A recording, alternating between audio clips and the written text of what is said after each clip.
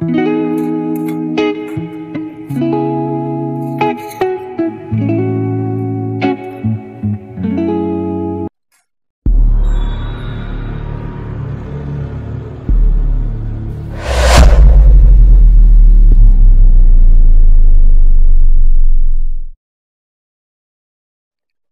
मंडळी, good morning.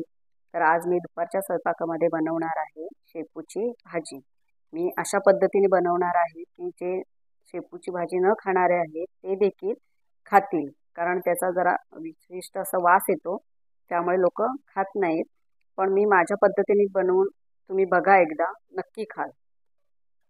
इथे मी एक जुडी घेतलेली आहे, स्वच्छ निवडून धुवून घेतलेली आहे, मी निथळून घेतलेली आहे.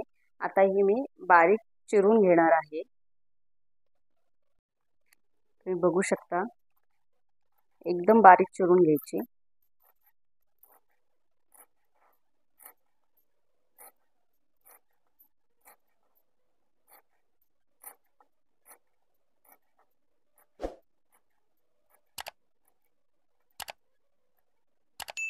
अशा पद्धतीने मी भाजी पूर्ण चिरून घेते.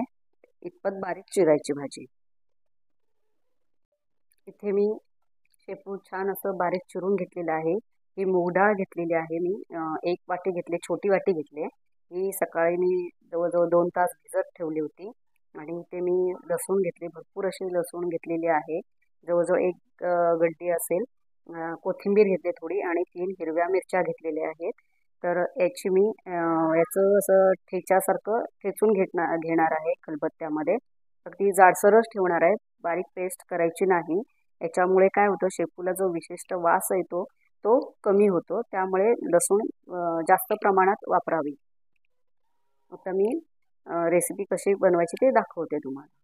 हे मी आता कढई घेतले, गॅस चालू केलेला आहे, आणि मी छान अशी गरम करून घेते, आणि मग त्यामध्ये तेल घालून घेते. आता यामध्ये मी आपल्या आवडीनुसार तेल घालून घ्यायचं आहे. तुम्हाला जेवढं पाहिजे असेल तेवढंच घालून घ्या. पालेभाजीला थोडं जास्त तेल लागतं.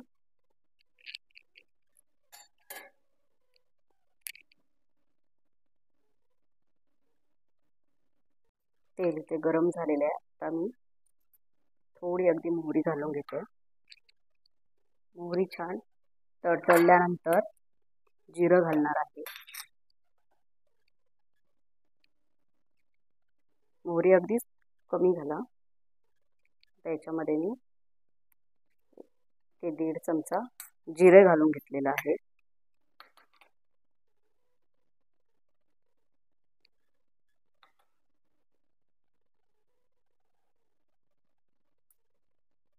मोहरी आणि जिरं छान तडतडलेलं आहे, त्याच्यामध्ये मी हळद घालून घेते, आणि थोडं मी ते हिंग घालून घेते. हिंग यासाठी घालायचं की ही भाजी पचायला जड असते, त्यामुळे छान हिंगामुळे पचते. आणि आता मी ह्याच्यामध्ये हे ठेचा करून घेतलेला आहे तो घालून घेणार आहे. ठेचा मी छान असं ते परतून घेते.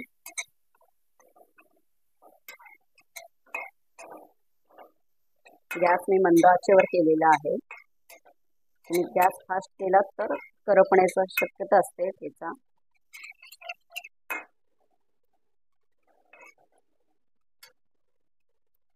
ठेचा आपला छान परतला गेलाय. आता मी ही मूग डाळ घालून घेते.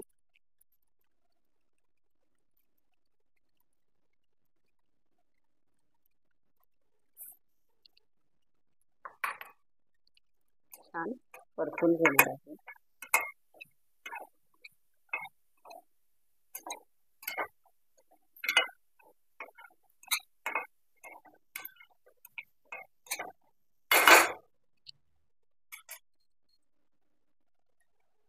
आता याच्यावरती मी 1-2 मिनिटं झाकण ठेवणार आहे. मूग डाळ थोडी शिजवून घेणार आहे.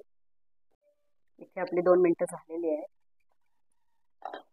छान वास येतोय. आता ही भाजी मी याच्यामध्ये घालून घेते.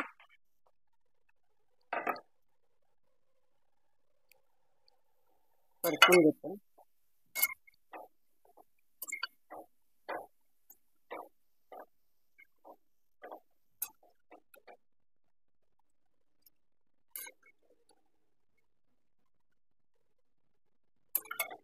आता भाजी छान अशी परतून घेतलेले आहे।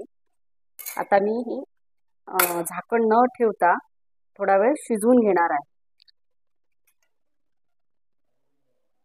तर यामध्ये मी चवीनुसार मीठ घालून घेणार आहे। अशा प्रकारे आपली भाजी इथे छान शिजलेली आहे, वास देखील कमी झालेला आहे। अशा पद्धतीने नक्की भाजी तुम्ही करून बघा, छान झाली भाजी। अशा पद्धतीने आपली शेपूची भाजी इथे रेडी झालेली आहे। या पद्धतीने नक्की करून बघा, खूप छान होते भाजी, वास देखील येत नाही, अगदी न खाणारे देखील खाऊ शकतील। जर माझा व्हिडिओ तुम्हाला आवडला असेल तर सबस्क्राईब करा, लाईक करा, कमेंट करा आणि शेअर करायला विसरू नका। धन्यवाद।